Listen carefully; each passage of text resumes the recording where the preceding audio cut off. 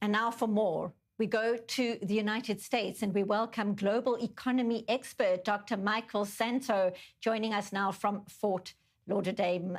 Michael, thank you so much for your time. So the U.S. is sticking to its guns, so to speak, when it comes to the Strait of Hormuz, blocking Iranian ports.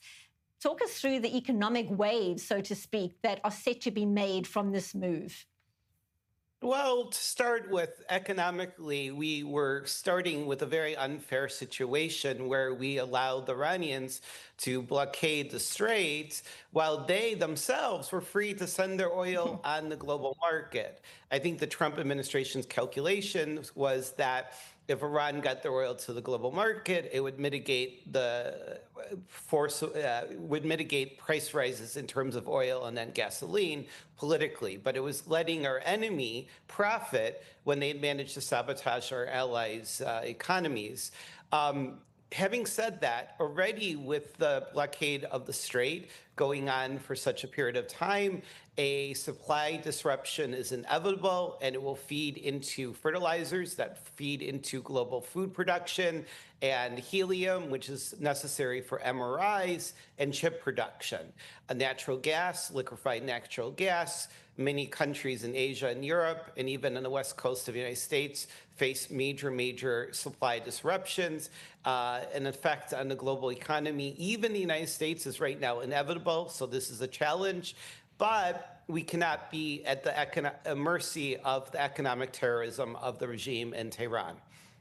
Meanwhile, this blockade risks infuriating countries buying Iranian oil, including China and India. Give us your thoughts on that potential development.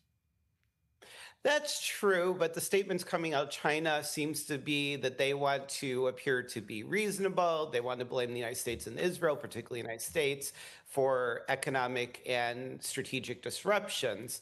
A lot of people keep saying that China is the winner here, but I see new deals for example, Ukraine, but also South Korea and Japan coming from Saudi Arabia, United Arab Emirates, and other Gulf Arab allies.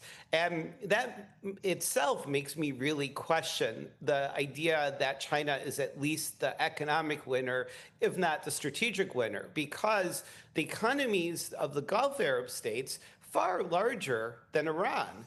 And so, yes, China's rushing air defense systems to Iran, but how is it a win to be losing increasingly the trust and even business of much wealthier states like Saudi Arabia, United Arab Emirates, and even Qatar? So I think that the idea that the U.S. and Israel are economic losers and China is a winner is not true. And what I am actually heartened for the good of the free world is that we're seeing increasing investments and purchases by the Gulf Arab states into the Ukrainian weapons industry, which I think is critical to bolster their industry and their war effort against Russia.